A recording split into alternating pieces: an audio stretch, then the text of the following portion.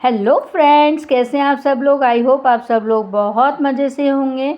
ये है कमरक और इसको स्टार फ्रूट भी कहते हैं।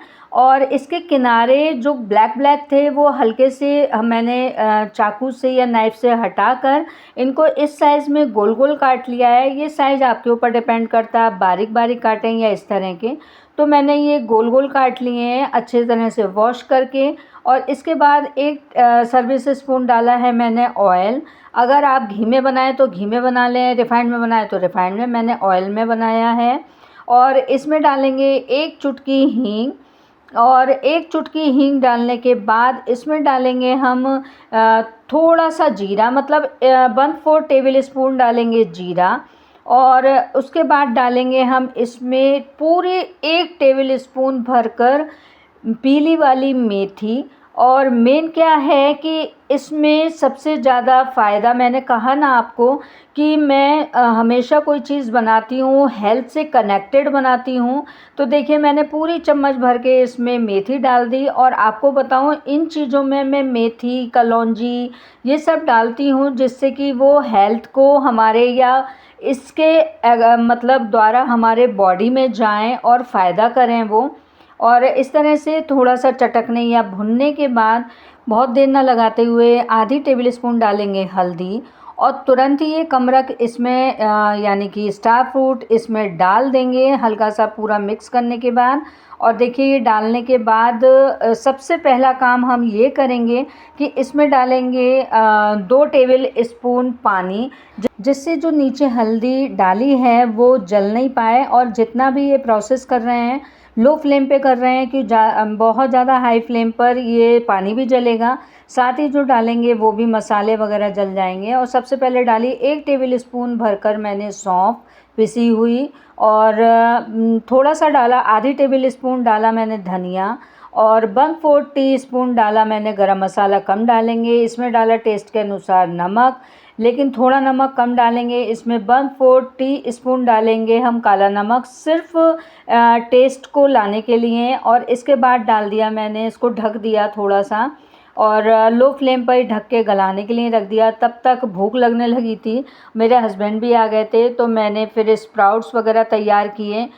सावन का टाइम है तो इस वक्त मैं प्याज वगैरह तो नहीं डालती, नहीं तो आप ये जो मूंग और इसमें रमास है और इसमें काले चने भी हैं, पर यह है कि मूंग ज़्यादा है और बाकी चीज़ की क्वांटिटी बहुत कम है। और इसके बाद इसमें मैं खीरा, टमाटर, प्याज, ऊपर से भुना जीरा, काला नमक और नींबू डालकर बनाती हूँ। लेकिन आप अगर चाहें तो आप इसमें कुछ भी डालकर बनाएं। खीरा मैं ऐसे ही खा लेती हूँ, आज नहीं डाला। और देखिए इस तरह के स्प्राउट्स होते हैं, यानी कि किल्ले निकल आते हैं तब। और इसके बाद खाने से पहले मैंने सोचा कि थोड़ा सा चेक कर लूँ कि जो ये कमरक है कितनी गली हैं। और देखा तो मैंने थोड़ा सा पानी ख़त्म हो गया था और हल्की सी कसर रह गई थी गलने में। तो मैंने करीब इसमें आधी कटोरी और पानी डाला, क्योंकि हमें इसे सेमी लिक्विड लेना है, तो इस वजह से हम थोड़ा पानी सूखने नहीं देंगे। और देखा, हमने चेक किया तो गल गया है। और इसके गलने के बाद ही आप चीनी, बूरा और खांड जो कुछ भी डालना हो, गुड़ वगैरह, तभी डालिएगा।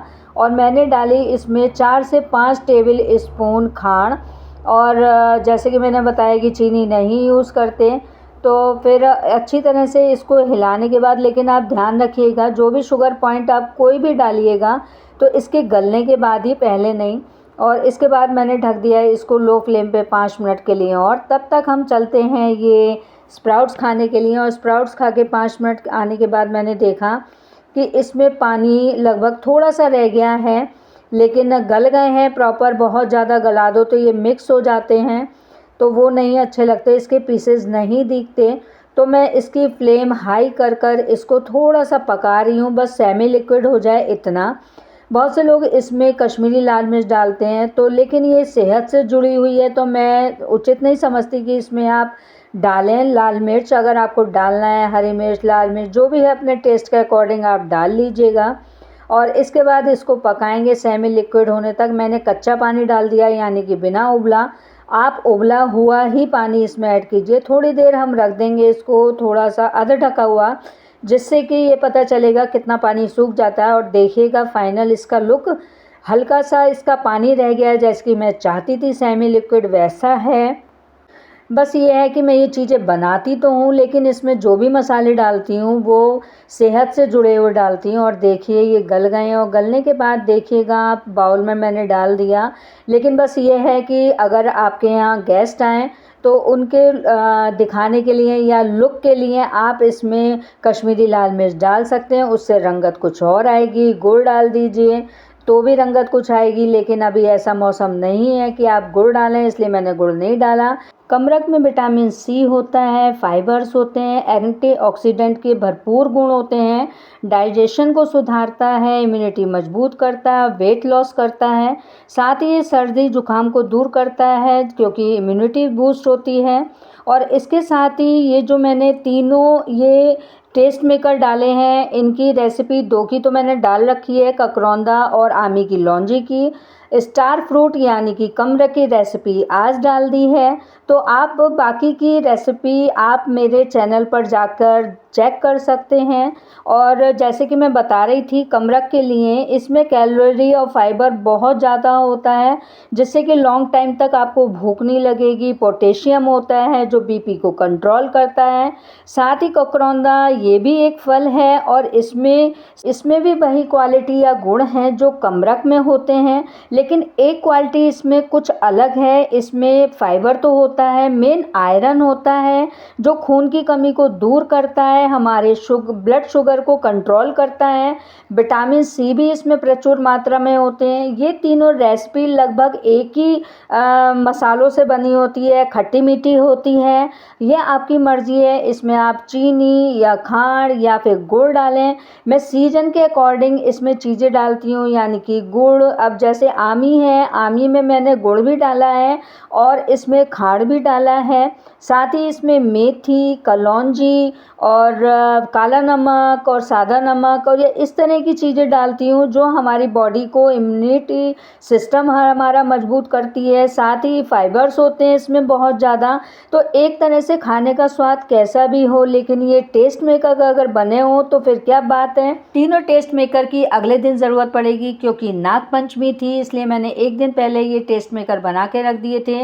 और पूड़ियाँ भी, क्योंकि हम लोग के यहाँ बासा खाते हैं और नाग पंचमी के दिन गैस नहीं जलती या कोई चीज़ गर्म नहीं होती। और ये मैंने एक कटोरी में खड़िया घोली है, एक कटोरी में गेरू घोला है, थोड़ा सा पानी डालकर इसको। और जो इसकी माचिस की तीलियों के आगे थोड़े सी मैंने रुई लगा ली है, दोनों में डाल दिए एक एक तीली। इसका कारण है कि हमारे यहाँ ना नाग बनते हैं एक पेपर पर, और देखिए इस तरह से एक पेपर पे 5 बनाए, दूसरे पेपर पे 5 बनाए, और इस तरह से पेपर पे नाग देवता बनाकर और आटे की सिवई बनाकर थोड़ी थोड़ी, और कच्चे दूध में उसको डुबोकर उसका भोग लगा के नाग देवता का। और ये गेट के, हमारे मेन गेट के यानी कि घर के गेट के बाहर लगते हैं ये दोनों, और इनका भोग लगता है। इसके बाद से ही हमारे यहाँ सिवई टूटनी शुरू होती है। अब इस टाइम में सिवई वगैरह तो कोई नहीं तोड़ता, मेरी ख्याल से मार्केट से ही आ जाती है, लेकिन ये हमारे यहाँ शगन होता है कि इस दिन सिवई ज़रूर टूटती हैं, चाहे थोड़ी सी आप तोड़ो। तो उसके बाद थोड़ा थोड़ा मैंने सूजी में पानी डाला, यानी कि मैं सूजी की ही सिवई बनाती हूँ, ना आटे की ना मैदा की। और इस तरह से हम लगातार इसको गूँथते रहेंगे, इसको सॉफ्ट करने के। ये धीरे धीरे टाइट हो जाएगा, देखिए मलते मलते इतना टाइट हो गया। और इसके बाद मेन क्या है, ये सूखता बहुत जल्दी है सूजी की, इसलिए कम लोग बनाते हैं। लेकिन मैंने कहा ना आपको कि मैं कोई भी चीज़ बनाती हूँ अपने हेल्थ से कनेक्टेड बनाती हूँ, तो सूजी की आप एक बार बनाकर देखिए, सच में बता रही हूँ फ्रेंड्स, इतना टेस्टी लगती है खीर कि वाकई में आप भूल जाएंगे मैदा और आटे की सिवई बनानी। और देखिए 1 टेबल स्पून डाला मैंने घी, क्योंकि ये जो इसकी डो है ये बहुत जल्दी सूखता जाता है, जैसे जैसे फूलता है वैसे वैसे सूखता जाता है। आपको तो पता ही है कि हवा के संपर्क में आकर सूजी सूख जाती है, तो ये सूखे नहीं, इसलिए मैंने 1 टेबल स्पून घी डाला और इसको घी के अंदर ही अच्छे तरह से इस तरह से मल मल कर और गूँथ कर मैंने इसको सॉफ्ट किया। और दूसरा मेरा आइडिया है सॉफ्ट करने का, देखिए इस तरह से एयर डेवलप करती हूँ मैं हथेली पर, इस तरह से मल मल कर देखिए मैंने कितना सॉफ्ट कर लिया है इसको, और एक एयर आ गई इसके अंदर। और इसके बाद मैंने एक कटोरी में इसको रखा और उल्टा करके इसको रख दिया जिससे सूखने ना पाए 5 मिनट के लिए, जिससे कि थोड़ी बहुत सूजी का अगर ऐसा है तो वो फर्मेंट हो जाएगी। और थाली में बना लेते हैं क्योंकि उसमें थोड़ी सी चिकनाई लगी हुई है, यानी कि घी से मैंने जब लोई को इसकी किया था, इसको गूथा था। और लेकिन थाली में थोड़ा कम पड़ेगा तो मैं इसको पेपर भी ले लेती हूँ क्योंकि थाली में देर से सूखता है और पेपर पे जल्दी सूख जाता है। और इस तरह से मैं बनाती हूँ छोटी छोटी। देखिए इसकी जो बस जो वो डोरी टाइप की बनाते हैं, इस तरह से मल मल कर निकालते हैं डोरी, तो बस इतनी छोटी निकालते हैं। ज़्यादा लंबी आप निकालेंगे तो एयर के संपर्क में आकर ये सूख जाएगी और फिर टूटेंगी नहीं। बस इतनी छोटी छोटी डोरी सी बनाकर इसको तोड़ते चले जाएं।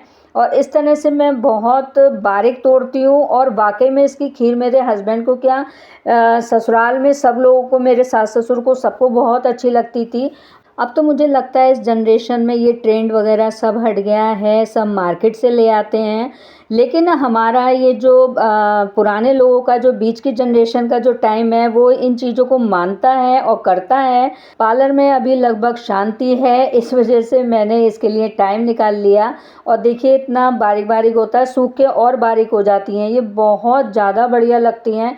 सो फ्रेंड्स, आपको कैसी लगी रेसिपी और ये सेवई की रेसिपी? सो फ्रेंड्स, आगे मिलते हैं इंटरेस्टिंग टॉपिक पे, इंटरेस्टिंग वीडियो पे। आप ये जो टेस्ट मेकर हैं ज़रूर बनाइए, खिलाइए। नाग पंचमी की सबको शुभकामनाएं। Bye bye.